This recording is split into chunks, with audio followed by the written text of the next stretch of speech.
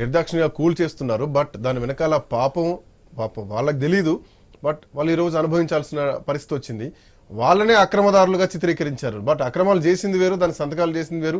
ఆ రోజు టేబుల్ల కింద నుంచి తీసుకొని లంచాలు తీసుకొని అయితే పనులు కావు. సో ఒక డిపార్ట్మెంట్ నుంచి ఒక డిపార్ట్మెంట్కు సమన్వయం లేకపోవడం, సో అధికారులు కక్కుర్తి పడి ఈరోజు ప్రజల్ని ఇబ్బందులు పడుతున్నారు. సో ఈరోజు చెరువులన్నీ కూడా కూలిపోయినటువంటి పరిస్థితి, అన్ని ఆక్రమించేసినటువంటి పరిస్థితి. సో ఈ ప్రజలకు కంపెన్సేషన్ అనేది ప్రభుత్వం దీనిపైన ఆలోచించాల్సినటువంటి అవసరం ఉంది. వీళ్ళ విషయంలో మీరు చెప్తున్నారు ప్రజాపాలన అని, బట్ ఒక బుల్డోజర్ పాలన అని అనుకోవద్దా? ఇక్కడ ఖచ్చితంగా మూసీ పరివాహక ప్రాంతంలో ఉన్నటువంటి ప్రజల పట్ల బుల్డోజర్లు పెడుతున్నటువంటి పరిస్థితి లేదు, పెట్టే అవకాశమే లేదు. కమింగ్ టు హైడ్రా ఎక్కడైతే చెరువులు అన్యాక్రాంతానికి గురి చేసబడ్డాయో వారిపైన ఖచ్చితంగా బుల్డోజ్ చేయవలసినటువంటి అవసరం ఎంతైనా ఉంది. ఎఫ్టీఎల్లో ఉన్నటువంటి భవనాలు అక్కడికి వెళ్ళి యంత్రాలు తప్ప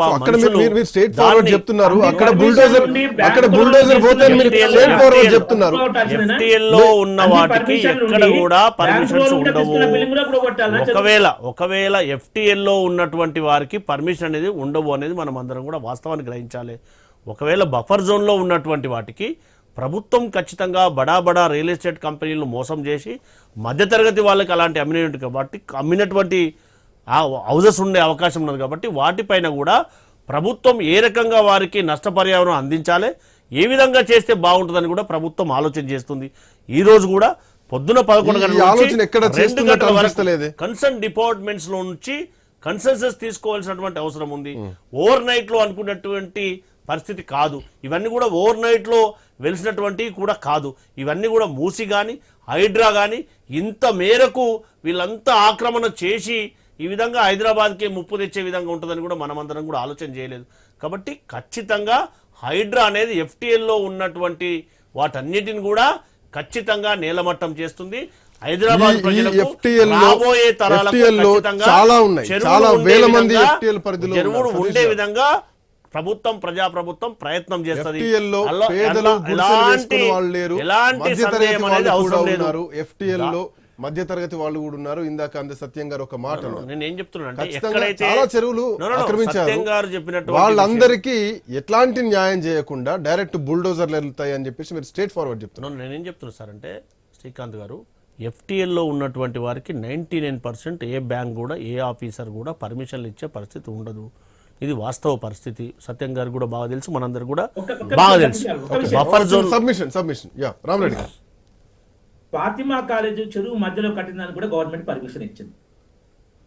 దాంతో పాటుగా ఫాతిమా కాలేజే కాదు అంటే వీళ్ళంతా సత్యం గారు చెప్పినట్టుగా పర్మిషన్ లేకుండా కట్టుకున్నారు, వీళ్ళు ఆక్రమించారు, కబ్జా చేశారు అని చెప్పేసి ఆ ప్రజల్ని కబ్జాదారులుగా చిత్రీకరిస్తున్నారు. మీరు ఒక్కసారి గుర్తుపెట్టుకోవాలి. రామరెడ్డి గారు మాట్లాడుతున్నట్టుగా ఫాతిమా కాలేజ్ పేరే ఒకరు, ఇంకోరు మల్లారెడ్డి గారి కాలేజ్ ఒకరు, మల్లారెడ్డి గారి కాలేజ్ ఇంకో కాలేజ్ ఒకరు. ఇన్స్టిట్యూషన్ అన్నప్పుడు దాంతోపాటు ఉమెన్ కన్సర్న్ ఉన్నటువంటి మధ్యతరగతి వాళ్ళ పట్ల కూడా ఉండవలసినటువంటి అవసరం ఉంది.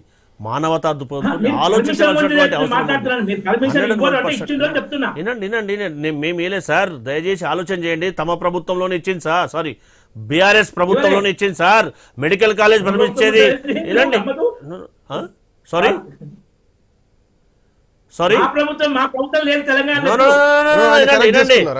వినండి, సబ్జెక్ట్ టు కరెక్షన్ బీఆర్ఎస్ వాళ్ళే ఇచ్చారు అంటున్నాను.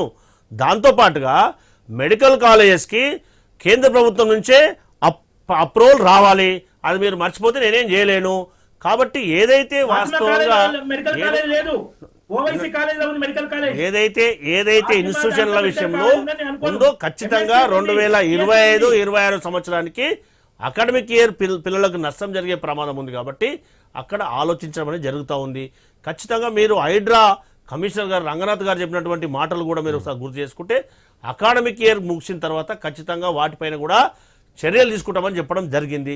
ఖచ్చితంగా దానిపైన స్టాండ్ అయి ఉంటారు. దాంతోపాటుగా మూసీ పరివాహక ప్రాంతంలో ఉన్న వారికి ఎక్కడైతే వారి నివాస యోగ్యం ఉన్నటువంటి భవనాలకు డబుల్ బెడ్రూమ్ ఇళ్లతో పాటు వారికి నష్టపరిహారం అందించడానికి ప్రభుత్వం కృతనిశ్చయంతో ఉంది.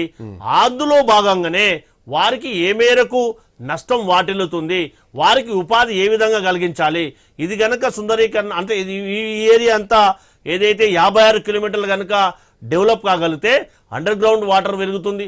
దాంతోపాటు ఈ కేర్ సిటీ ఏదైతే ఏర్పడుతుందో ఆ కేర్ సిటీని, వాటర్ కేర్ సిటీని మనం కొంత మేరకు దాన్ని పెంపొందించుకోవడానికి అవకాశం ఉంటుంది నీటి వనరులు అని చెప్పి ఒక కోణంలో. దాంతోపాటు రంగారెడ్డి జిల్లాతో పాటు నల్గొండ జిల్లాకు కూడా వాటర్ రిసోర్సెస్ను అందించిన వాళ్ళైతే మన ఉద్దేశంతో ప్రభుత్వం ఆలోచన చేస్తుంది. గౌతమ్ గారు. పరివాహక ప్రాంతంలో ఉన్నటువంటి వారికి ఖచ్చితంగా 100% న్యాయం చేయడానికే ప్రభుత్వం కంకణబద్ధంగా ఆలోచన చేస్తుంది. సో మీరు పరివాహక ప్రాంతం గురించి డౌట్ లేదు, పరివాహక ప్రాంతం గురించి డౌట్ లేదు. పరివాహక ప్రాంతం విషయంలో ఖచ్చితంగా వాళ్ళకి న్యాయం చేస్తాం, బుజ్జగిస్తాం, వాళ్ళని షిఫ్ట్ చేస్తాం అంటున్నారు. But coming to HYDRAA FTL విషయానికి వస్తే ఖచ్చితంగా బుల్డోజర్ పోతాయని చెప్పేసి మీరు చెప్తున్నారు. చెరువులో నిర్మాణం చేసినటువంటి భవనాలు ఏవైతే ఉన్నాయో అది మంచి పద్ధతి కాదు. పర్మిషన్లు ఇస్తేనే వాళ్ళు తీసుకున్నారు. ఆ చెరువులో ఉన్న విషయం వాళ్ళకి FTL లో తెలియదు. పర్మిషన్లు ఏ మేరకు ఉన్నాయో, MOM వాళ్ళు ఏ విధంగా పర్మిషన్ తీసుకుంటారో, ఓల్డ్ సిటీలో ఇప్పటి వరకు కూడా చాలా పర్మిషన్ లేవండి. అది వాస్తవం. హైదరాబాద్ గురించి, old city belongs to Hyderabad కదా.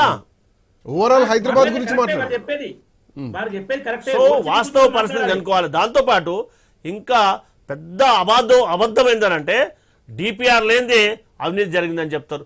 గత ప్రభుత్వంలో డిపిఆర్ లేనిదే ప్రాజెక్ట్ కట్టింది కదా, అది వాళ్ళకి అలవాటు కాబట్టి ఆ విధంగా మాట్లాడే అవకాశం ఉంది. కాబట్టి ఖచ్చితంగా ఎవరైతే లబ్ధిదారులు, ఎక్కడైతే మూసీ పరివాహక ప్రాంతంలో ఉన్నటువంటి వారికి మా ప్రభుత్వం 100% వారి శ్రేయస్సు కోసం ఆలోచన చేస్తుంది. నష్టపరిహారం అనేది వారికి ఉన్నటువంటి ఏదైతే వారి సమావేశం పెడదాం. బీజేపీ BRS పార్టీ నాయకులకు రండి అంటున్నారు, అఖిలపక్ష సమావేశం పెడదాం అంటున్నారు. మీరు పెయిడ్ ఆర్టిస్టులను పెట్టి ధర్నాలు, రాస్తారోకోలు లేపించి హైడ్రా ఒక భూతం లాగా చూపిస్తోంది BRS పార్టీ, హరీష్ రావు, కేటీఆర్ అని చెప్పేసి ముఖ్యమంత్రి మాట్లాడుతున్నారు. చెరువులు, నాలాలు మూసి ప్రక్షాళన ఖచ్చితంగా జరగాల్సిందే, ఆక్రమణలన్నీ తొలగించాల్సిందే.